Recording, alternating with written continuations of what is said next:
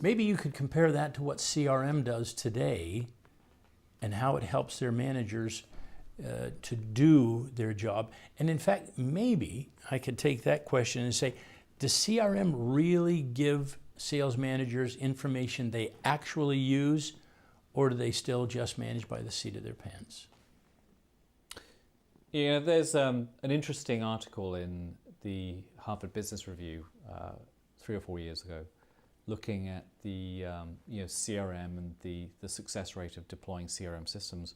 And most people who have come across CRM, and certainly most people in the software industry, understand that there was a period, probably around 2001, 2002, and around that time, when CRM really had a bad name. There were lots of very large CRM initiatives in organizations which really weren't giving the return on investment that they were expected to get. The HBR article highlighted what they call 4 perils of CRM, and I'll just read them to you. The first was implementing CRM before creating a customer strategy. The second was rolling out CRM before changing your organization. The third was assuming that more CRM technology is better. And the fourth was stalking and not wooing your customers. I think the first two, to my mind, are fairly straightforward.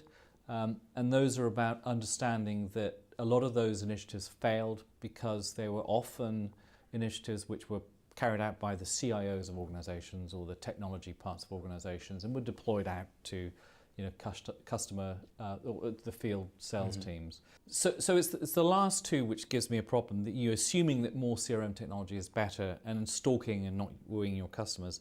I think to understand it, you have to think about, well, what is CRM all about? What are you trying to achieve here? You're looking at, for example, figuring out who your most valuable customers are. You're looking at you're getting a greater wallet share from those customers, and indeed how to target those customers. Now, a CRM system can help you with the analytics of those things, but it won't necessarily help you with the customer relationship building elements of it. And the bit about the stalking your customers, not wooing them. For example, if you want to woo your customers, what's wrong with sending them, for example, a handwritten thank you note, which is kind of low tech, rather than sending out your sophisticated email blasts with landing pages on your website and all those things.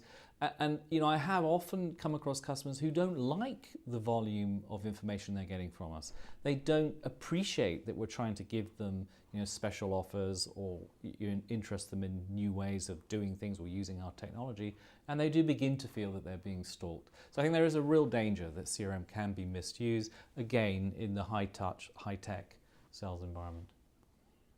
Do you have an example of a manager who perhaps focused on the basics regardless of their CRM and was successful, and on the other hand, maybe someone who focused only on CRM and didn't have the gut, the view from the heart?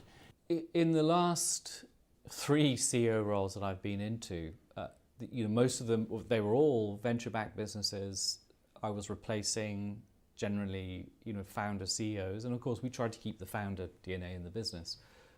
What I found was an interesting facet was that these guys had been persuaded by the investors to start putting in place measurement in the business, and so that they had implemented CRM systems.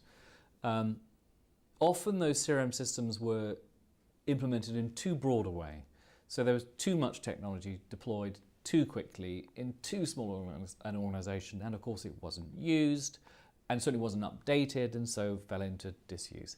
However, to answer the question about the accuracy of the use of the environment, what I found interesting was that these CEOs began to rely on the CRM system because they felt that it gave them some kind of prop to report to the board about their performance. And it was, I've seen many times that they would sit behind a forecast which was delivered from a CRM system, which says that the pipeline is $100 million at 10% predictability. Therefore, we have a pipeline of $10 million. And of course, the reality is, when you analyze it, that the pipeline is 0. you.